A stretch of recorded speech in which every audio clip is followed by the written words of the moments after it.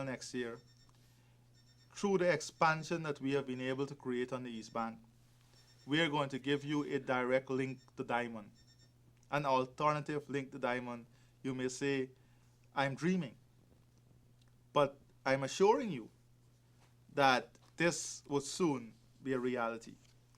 The housing team has been a very dynamic team, and the housing sector itself has been very innovative in the way it has approached housing solution for the Guyanese people. This year, we decided to focus a lot on infrastructure upgrade.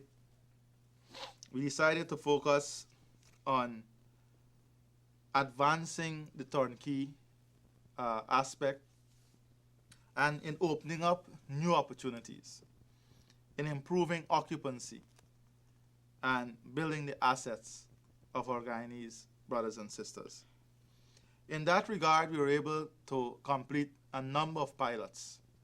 First of all, the young professional pilot, which today we have a demand that we never expected. We also have the core homes. We have the turnkey homes, the buttercup cottages, the 1,000 home project that we almost complete now at 100 foundation. They've started a second 50 just a few days ago.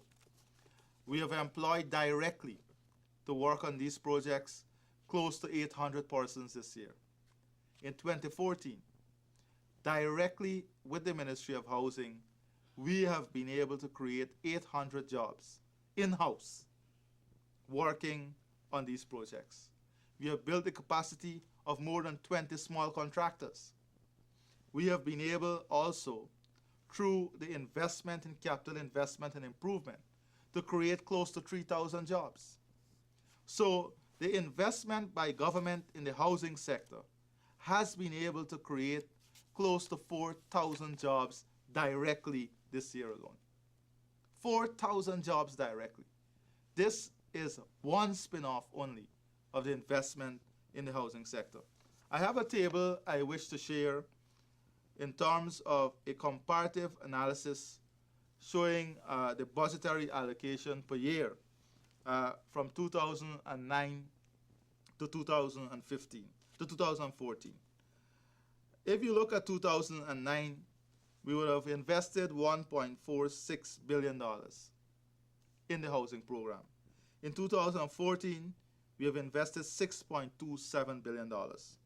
Over the past 6 years, the budgetary allocation of the housing sector has grew by 430% from 2009.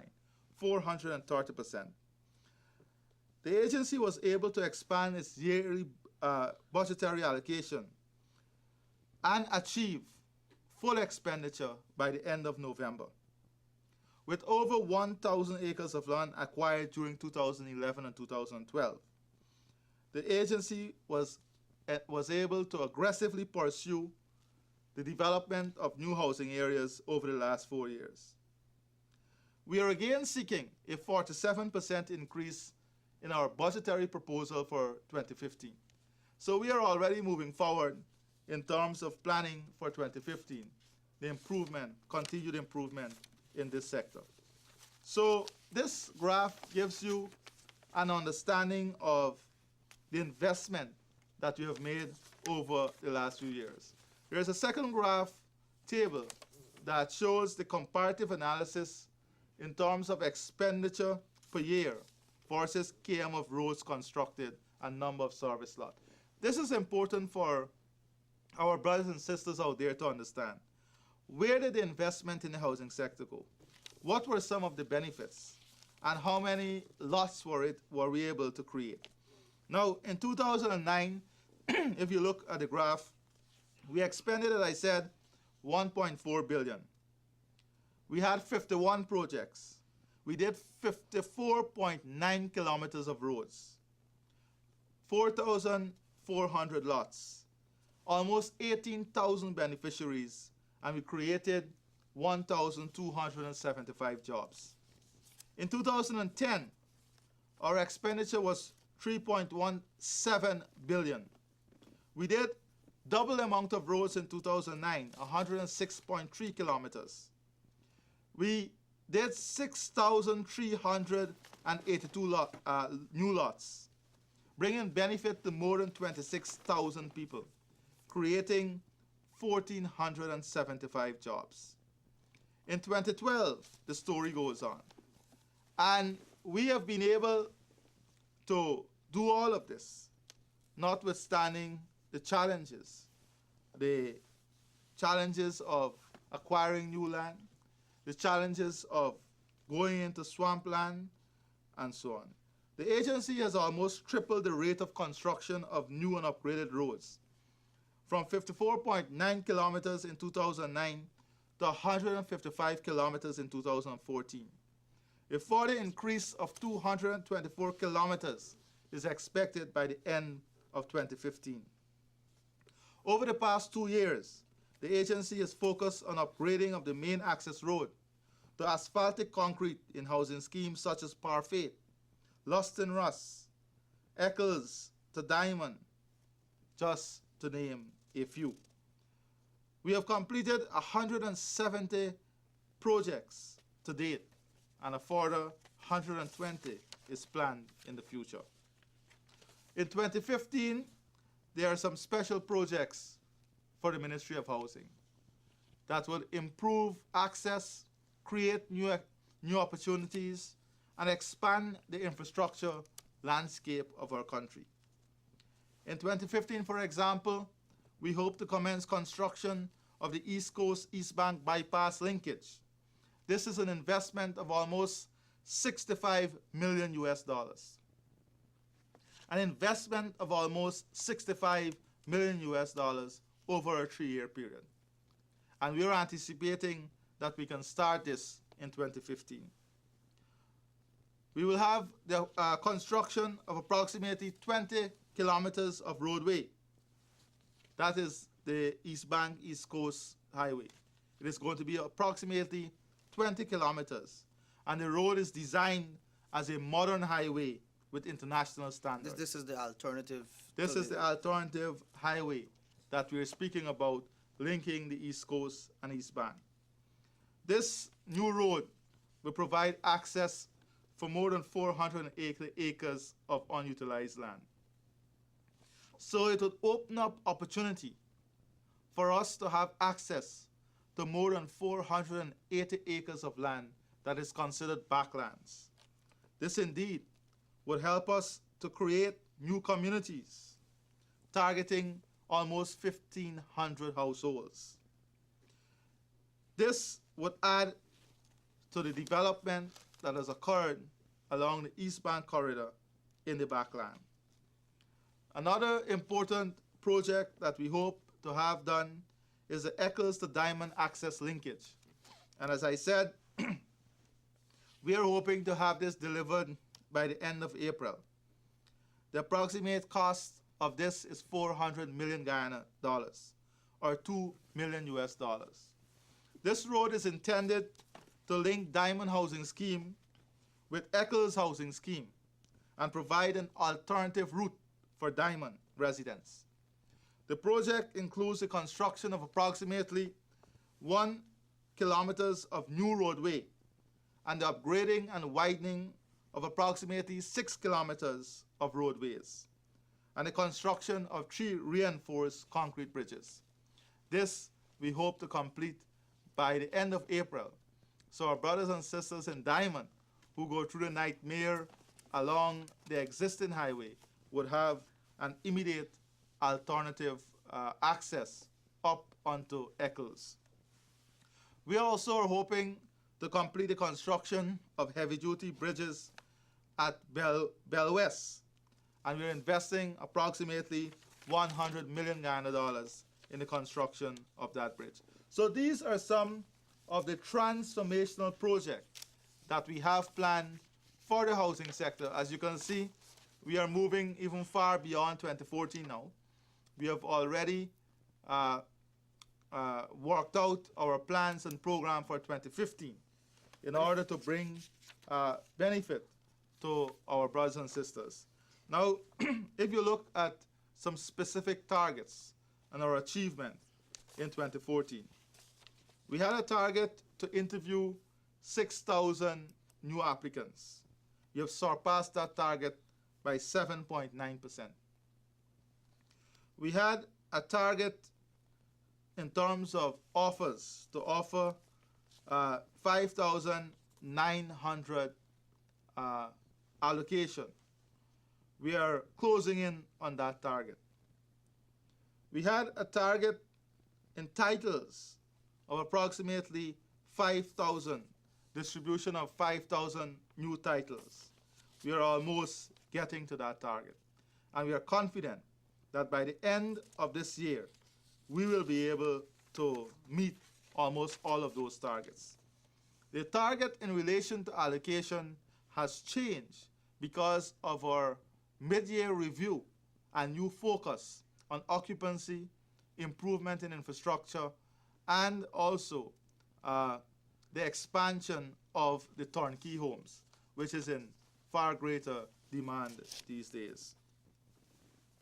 So these are some of the specific achievements in relation to some of the targets we would have outlined for 2014. I saw, though, Minister, some emphasis being placed on hinterland housing. If you could talk a little to that, because this is something that is somewhat new, if you want to put it that way, in terms of the kind of emphasis now being placed strategically on hinterland housing. Well, it's very important for us to understand that the housing program has been a victim of its own success. If you were to attend the Tushaus conference that is held in Georgetown, you will see now that Tushaus are calling for housing settlements, communities in housing here, in hinterland areas, so that it can bring more structure in terms of the provision of infrastructure and improvement in terms of housing solution for our brothers and sisters in hinterland communities. If you look, for example, at what we would have been able to do in completing a number of core homes in hinterland community, close to 350, and under the LIS 2 program, we have another almost $500 million earmarked to expand this program in hinterland communities. So the housing program has definitely gained momentum, and it's now moving into hinterland communities. If you look at the regularization of squatter settlements, for example, as another indicator. When we came into government, we had an nightmare in terms of squatting. You had 200 plus squatter settlements.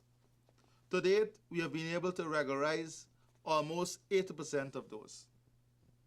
Almost 80% of those we have been able to regularize.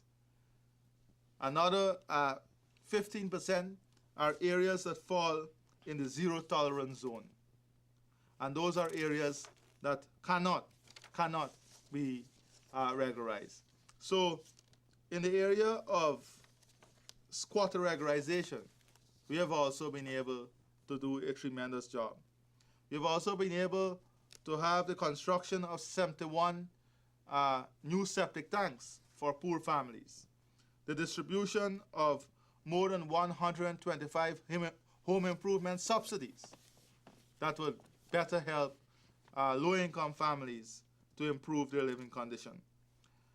So these are some of the accomplishments that we have been able to make in the housing sector and contributing to the continued expansion and development of our country. You've spoken about the positives, though. I would presume there were challenges during the course of the year, whether at the level of the ministry, at the level of contractors, and even at the level of the political level, because you've had some issues in Parliament that may have impacted on the work of the ministry. Would you care to talk a little about some of the challenges? It depends on how you look at challenges. More helpful opposition would have been far better for Guyana as a whole. But I wish to look at challenge as opportunity. And whilst we had constraint in terms of weather, we have been able to convert those constraints into opportunities in having a relook at how we implement projects. Take, for example, the core homes or the turnkey homes. We've been able to develop close to 20 small contractors, building the capacity among them, employing and managing about 600 workers on one site in building hundreds of homes. So we have converted a challenge of getting 300 homes completed in 1 year into an opportunity for many, almost 700 families, by developing the capacity, the skills of small contractors, and by employing directly hundreds of persons who are working on these sites. The provision of electricity as part of the infrastructure upgrade and investment is critical, because most Alati want the basic infrastructure of water and electricity. Now, one of the challenges was in getting poles, in having GPL execute all of these projects in an efficient and timely manner. In order to avoid hiccups or slow down in the pace of provision of these infrastructure, we this year took on the provision of electricity upon ourselves.